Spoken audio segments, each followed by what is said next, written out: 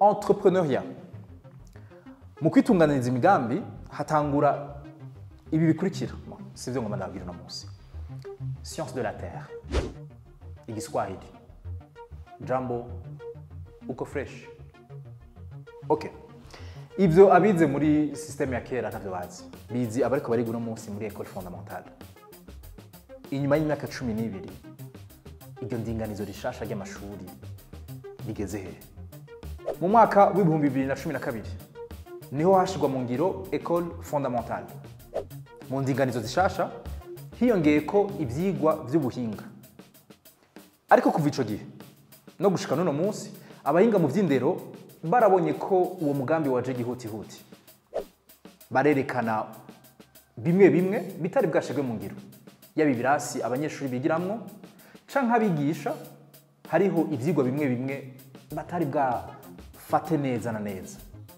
Ico gihe uwo mushikiranganje yashikirije ko ishure shingiro rifise inyigisho zizotuma abana baca ubwenge kuruta uko bahora muri systeme ya kera.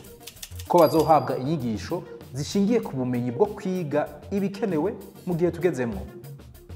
Yabari ibiharuro ntivyatevye kugaragaza igihushane c'ivyo mushikiranganje yavuze. Mu cigwa cakozwe ni banki y'isi Banque Mondiale mu kwezi kwa gitugutu mu mwaka wa 2019 hari nyuma y'imyaka 9 uwo mugambi utanguye, vyerekana ko hafi bice 93% kwijana by'abana bafise imyaka 10 bahejeje igice ca mbere c'amashuri yibanze batari bashoboye gusoma neza amungane ari mu gifaransa bagatahura n'ivyo basomye. Muri ico cigwa nyene dusanga ko ibice bigera ku 93% kwijana by'abana bari mu mashuri batari bafise urugero guhagije rw'ubumenyi nkuko bitegekanywa n'ishira hamwe UNESCO. Nikimenyamenya muri uwo mwaka nyene ibice 14 kwijana by'abanyeshuri nibo bashoboye kuronka inusu la moitié ku manota amajana 2 mu kibazo ca concours y'umwaka w'icenda w'ishuri shingiro. Mu mwaka w'ibihumbi 2016 naho ku banyeshuri ibihumbi amajana 210 n'amajana 299 bari bakoze ikibazo ca concours national, abanyeshuri ibihumbi 80 barasezerewe kugira baje kwiga imyuga. N'umuyobozi wa Université du Lac Tanganyika umwigisha Evariste Ngayimpenda yarabimenyesheje aho yavuze ko abanyeshuri baciye mu ishuri shingiro bagaragaza ubumenyi buke. Yariko arugurura umwaka w'ishuri w'ibihumbi 2022 ushira w'ibihumbi 2023 ni mu makuru yaciye ngaha kuri yaga. Eka n'abatanga akazi canke amashira hamwe yakira abanyeshuri bimenyereza stagiaire baridoga ko ubumenyi bwagabanutse ku banyeshuri. Okay.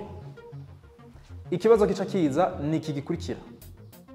Ubumenyi buke buva ku banyeshuri canke buva ku bigisha? Aha rero tubanze twibukanye ibintu bimwe bimwe.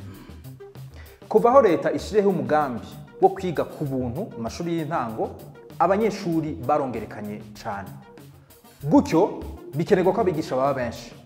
Abahora bigisha mu mashuri baraba D7 no kuvuga abize imyaka 4 inyuma y'umwaka w'icumi baheva basubirirwa n'aba D4 bize imyaka 2 inyuma y'umwaka w'icumi.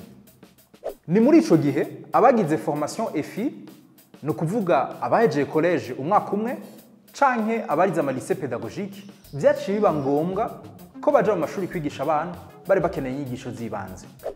Mu biharuro bitangwa na UNESCO byerekana ko mu mwaka w'ibihumbi 2018 igisata c'indero cari gifise ibice 24 kwijana by'abalicenciés, 24 kwijana by'aba D7, abize Institut de pédagogie appliquée nabo bari bafise ibice 17 kwijana, n'abize ishuri nderabigisha bo bari bafise ibice 14 kwijana. Ariko rero tugende buhoro. Muri ivyo bice 24 kwijana mpejeje kubabwira by'abalicenciés si bose bigiye ivy'ubwarimu. Harimwo abafise impamyabushobozi mu bindi bisata. Mu gihe hari ingorane rero umuntu yamarondera kurondera inyishu y'ikibazo. Abavyeyi batari bake barakuye abana babo mu gisata c'ishuri shingiro babatwara mu mashuri y'abigenga. Ariko naho nyene zaragaragaye ko ubumenyi bwagiye buramanuka. Mu ikete uwari umushikiranganje w'indero w'ico gihe Janvier Ndirahisha yandikiye abayobozi b'amashuri y'abigenga hasozegwa umwaka w'ishuri w'ibihumbi 2016 ushira w'ibihumbi 2017 yabagabisha ko ishuri rizosubira kuronka amanota ari munsi y'ibice 20 kwijana muri concours national rizoca ryugagwa. Naho umushikiranganje yavuga uko vyaragaragaye ko hari amashuri yari afise urugero rw'ubumenyi rungana n'ibice ubusa kwijana mu kibazo ca leta. Mu ntumbero yo gutorera inyishu kuri ico kibazo kiri mu gisata c'indero, leta yaciye yongereza uburyo buri mu gisata c'indero. Bwavuye kuri aya mafaranga buja kuri aya mafaranga.